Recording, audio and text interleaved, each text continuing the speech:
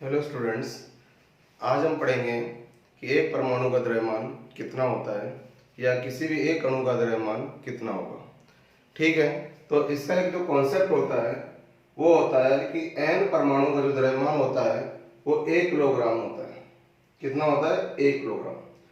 तो एक परमाणु का द्रव्यमान कितना होगा, ये इसके अपोन में चला जाएगा, तो A/N किलोग्राम होगा। दोबारा फिर रिपीट कर रहा हूँ, क्योंकि n परमाणु का द्रव्यमान होता है 1 किलोग्राम, इसलिए एक परमाणु का द्रव्यमान कितना होगा, ये इसके अपोन में चला जाएगा। यहाँ a क्या है? द्रव्यमान संख्या है, और n क्या है? अवोगाद्रो संख्या है। ठीक है, अब बात यहाँ पे आती है कि अवोगाद्रो संख्या कितनी ली जाती है। तो कई बच्चे कहते हैं कि अवोगाद्रो संख्या जो लेते हैं वो लेते हैं 6.023 इंटू 10⁻23। बिल्कुल सही है, कहते हैं, लेकिन ये अपन केमिस्ट्री में कहते हैं, और केमिस्ट्री में सारा जो ना सीजीएस पद्धति में चलता है। वहां देखना द्रव्यमान का मात्रक ग्राम होता है, जबकि यहाँ हम किलोग्राम लिख रहे हैं। तो सार एक्चुअली ये निकलता है कि अगर आप ग्राम में बात करते हैं तो 23 आता है, और अगर आप किलोग्राम में बात करेंगे तो 26 आता है। कई बच्चे कहते हैं सर कैसे आया, तो मैं समझाता हूँ। एक्चुअली इस वाली लाइन को अगर मैं उल्टा लिखूं केमिस्ट्री के नजरिए से, तो 1 ग्राम अगर हम पदार्थ लेते हैं, जहां A क्या है? द्रव्यमान संख्या है, उसके अंदर परमाणुओं की जो संख्या होती है वह अवोगाद्रो संख्या के बराबर होगी। ठीक है, ये कॉन्सेप्ट है। ये लाइन देखिए, बस इसको रिवर्स कर दिया, ये वाला इधर कर दिया, ये वाला इधर कर दिया मैंने, ये वाला इधर और ये वाला इधर कर दिया। अब यहाँ पे अगर तुम लिखते हो जो तुम्हें केमिस्ट्री में पढ़ाया जाता है 10⁻23, बिल्कुल सही है 23, ये 1 ग्राम में होता है।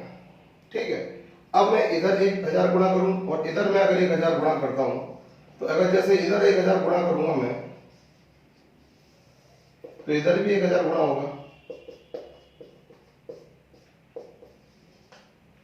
तो 1000 ग्राम का मतलब क्या होता है? किलोग्राम। और ये 10 की घात 3 है, इसका जुड़ जाएंगे तो कितना हो जाएगा? 10 की घात 26।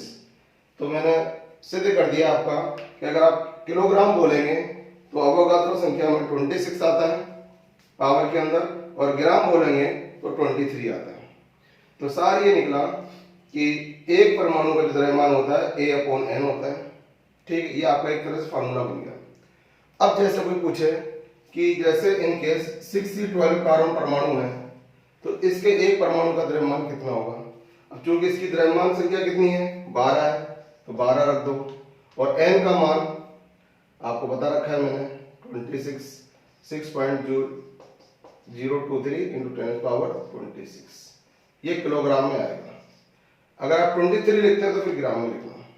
ठीक है, तो आपके एक परमाणु का द्रव्यमान आ गया किसके? 6C कार्बन परमाणु के।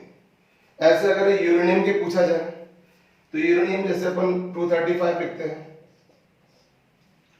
ठीक है, तो इसका कितनी द्रव्यमान संख्या है? 235 है, तो फॉर्मूला ये लगेगा 235/6.023 इंटू 10⁻26 किलोग्राम की बात कर रहा हूं मैं। अगर ग्राम में लिखना है तो आप 23 लिखेंगे यहाँ पर पावर में। तो ऐसे आप किसी भी परमाणु का द्रव्यमान निकाल सकते हैं, द्रव्यमान संख्या अपॉन अवोगाद्रो संख्या। अगर ऐसी कोई आपसे पूछे कि नाभिकों की संख्या कितनी होगी, मतलब नाभिक का द्रव्यमान कितना होगा, तो नाभिकों की संख्या कितनी होगी, तो जो एक परमाणु, जो कि एक ही नाभिक होता है, सब जानते हैं, तो इसका मतलब जितनी आपकी परमाणु संख्या होती है उतनी आपकी नाभिकों की संख्या होगी। वो कंफ्यूज करने वाली बात होती है। सब जानते हैं एक परमाणु में केवल एक नाभिक होता है, इसका मतलब जो आपकी परमाणु संख्या होगी उतनी आपकी एक तरह से नाभिक की संख्या हो जाएगी। ठीक है, अगर कोई कहता है कि एक अणु का द्रव्यमान कितना होता है, एक अणु का, अब वो डिपेंड करता है अणु कितने परमाणु से मिलकर बना है। तो यहां तो अपने पास फॉर्मूला आ गया, जैसे कि A/N। अगर मान लो कोई अणु 2 परमाणु से मिलकर बना है, जैसे मान लो नाइट्रोजन अणु की बात हो रही है। ठीक है, तो नाइट्रोजन अणु की बात हो रही है, तो नाइट्रोजन अणु के लिए फिर क्या हो जाएगा? कितने परमाणु से मिलकर बना है? 2 परमाणु से, तो इसमें 2 का गुणा कर दो, सिंपल। अगर कोई अणु 3 परमाणु से मिलकर बना है तो 3 का गुणा कर दो। तो इस प्रकार आप अणु का द्रव्यमान निकाल सकते हैं। ठीक है, थैंक यू।